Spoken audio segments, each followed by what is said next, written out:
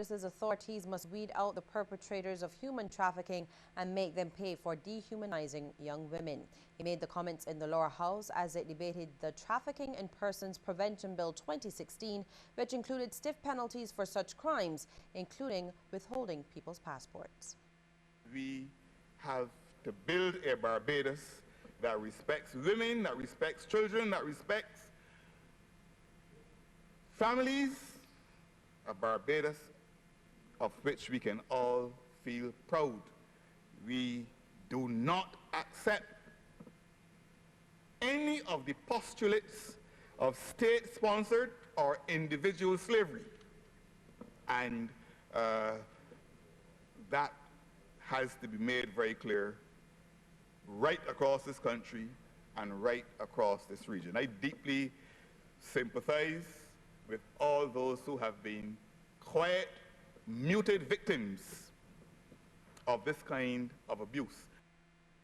Prime Minister Stewart says education and enforcement of the penalties of human trafficking are vital to ensuring that the perpetrators don't get away. He says the authorities must ensure that these persons are brought before the courts to show society's abhorrence with such crimes, since some people are hell-bent on making money from trafficking people.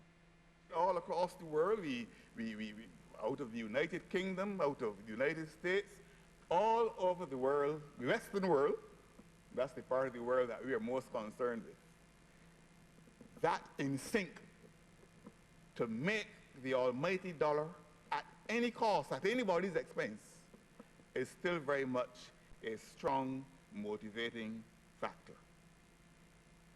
As I said, for me, slavery of any kind is a crime unredeemed and unredeemable by even one extenuating circumstance. It is a non-starter for me. And I think that this House has done itself proud today by joining hands on this issue. Meantime, opposition leader Mia Mottley wants government to re-examine proposed moves to fingerprint Barbadians entering and leaving our ports of entry. And she made the remarks in Parliament as it debated the Trafficking in Persons Prevention Bill 2016.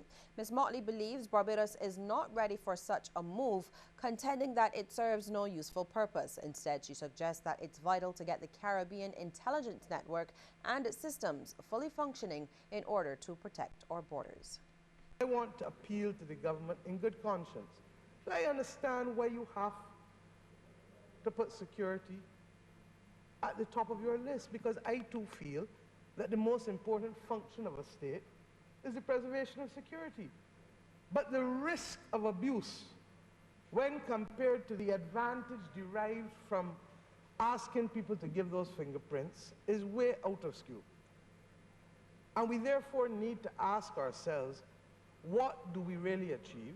Because there is no country that I know in the Western Hemisphere that requires their citizens, they may require visitors, but requires their citizens to submit to giving their biometric data, their fingerprints, upon entry or departure. Well, Housing Minister Dennis Kalman has thrown his full support behind proposed moves to fingerprint Barbadians leaving and entering our ports of entry.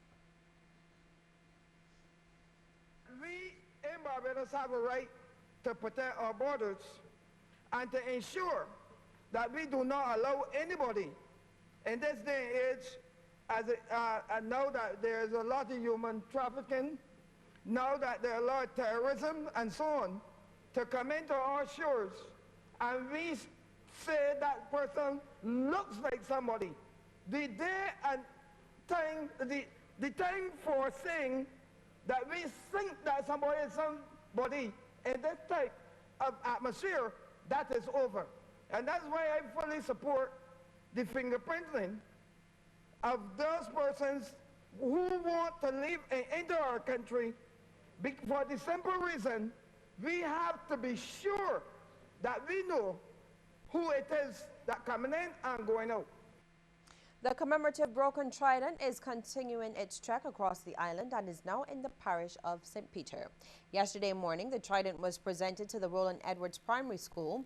BLP candidate for St. Peter, Colin Jordan, in his remarks says that as Barbados prepares to mark its 50th anniversary of independence, we must be our brothers and sisters' keeper. This broken trident must now become a scepter in our 50th year as we mature, and we will use it, and we need to use it as we reach out to other nations. In doing so, we leverage each other's strengths, we leverage each other's resources, we build on each other's best practices so that we can continue to build our nation as an independent nation, but as a nation that contributes to the well-being of a global community. And principal of the Roland Edwards Primary School, Michael Watson, says that Barbados has made tremendous strides over the past 50 years.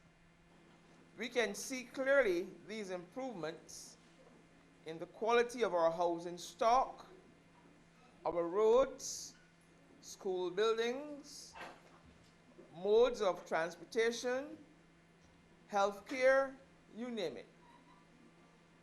These improvements are there for all and sundry to see. Health professionals are being advised that when they detect hypertension in a patient, they should also look out for diabetes and high cholesterol. In fact, the three have been described as the deadly threesome by Deputy Dean, Preclinical in the University of the West Indies Faculty of Medical Sciences, Dr. Kenneth Connell.